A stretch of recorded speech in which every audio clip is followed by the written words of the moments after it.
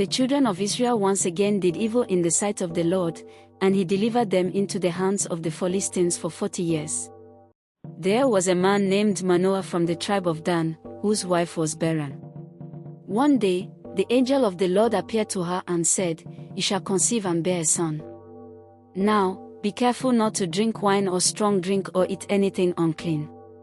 For the child shall be a Nazirite to God from the womb, and he shall begin to deliver Israel out of the hand of the Philistines." The woman told her husband, and Manoah prayed for the angel to return and teach them how to raise the child. The angel of the Lord appeared again, and Manoah offered a sacrifice. As the flames rose from the altar, the angel ascended in the fire, and Manoah realized they had seen a divine messenger. Soon after, the woman bore a son and named him Samson, and the Lord blessed him. The Spirit of the Lord began to stir him in Mahanadan, between Zorah and Eshtaol. When Samson was grown, he went to Timnah and saw a Philistine woman he wanted as his wife. Though his parents objected, since she was not an Israelite, they did not realize that it was of the Lord, seeking an occasion to confront the Philistines. On his way to Timnah, Samson was attacked by a young lion, and the Spirit of the Lord came upon him mightily. He tore the lion apart with his bare hands. Later, he returned and found a swarm of bees and honey in the lion's carcass. He ate some and gave some to his parents, but did not tell them where it came from. At the wedding feast, Samson proposed a riddle to 30 Philistine guests. Out of the eater came something to eat. Out of the strong came something sweet. If they solved it, he would give them 30 sets of clothing. If not, they would give him the same. They couldn't solve it and threatened Samson's bride. She begged him until he revealed the answer, the lion and the honey. She told the Philistines, and they solved the riddle. In rage, Samson went to Ashkelon, killed 30 men, and gave their clothes to the guests. Then he left in anger. Later, Samson returned for his wife, only to learn she had been given to another man. Her father offered her younger sister instead. Samson was furious.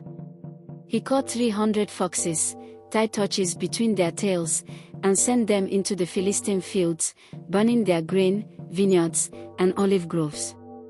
The Philistines retaliated by burning Samson's wife and her father. In vengeance, Samson attacked and slaughtered many Philistines, then fled to a cave in the rock of Etam. The Philistines invaded Judah to capture him. The men of Judah, afraid, agreed to hand him over. They bound Samson with 2 new ropes and brought him to the Philistines at Lehi. But the Spirit of the Lord came mightily upon him, the ropes became like burnt flax and dropped from his hands. He found the jawbone of a donkey and struck down 1,000 Philistines. Afterward, Samson was very thirsty and called on God. God split a hollow place, and water came out. Samson drank and revived. He judged Israel for 20 years. Samson went to Gaza, where he visited a prostitute. The Philistines planned to ambush him, but at midnight he arose, tore out the city gates, and carried them to the top of a hill near Hebron. Later, Samson fell in love with a woman named Delilah, in the valley of Sorek. The Philistine lords offered her 100 silver coins each to learn the secret of his strength. Delilah asked him 3 times. Each time, Samson told her. But she persisted, day after day, until he was vexed to death and told her the truth. No razor has ever come upon my head. If I am shaven, then my strength will leave me.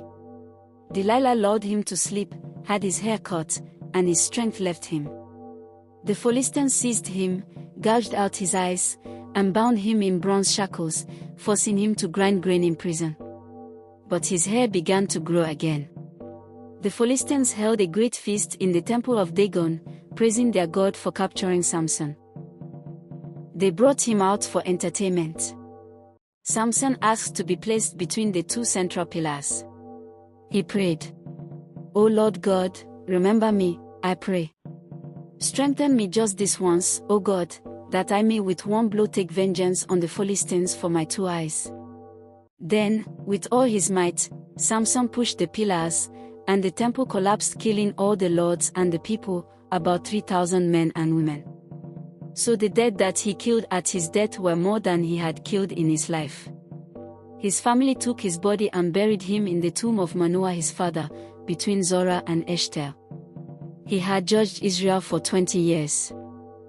So many people actually think Samson was one huge man. But no, he was not. He only became strong once the Spirit of the Lord came upon him. He was just like an ordinary man, until the Spirit of the Lord come upon him. The major reason why they couldn't know the secret of his strength, until he revealed it to Delilah. As a believer, once you start to see sin as a normal thing, then, that's the beginning of your fall. Once things that are abominable to God isn't abominable to you, just know you are already treading the path of destruction.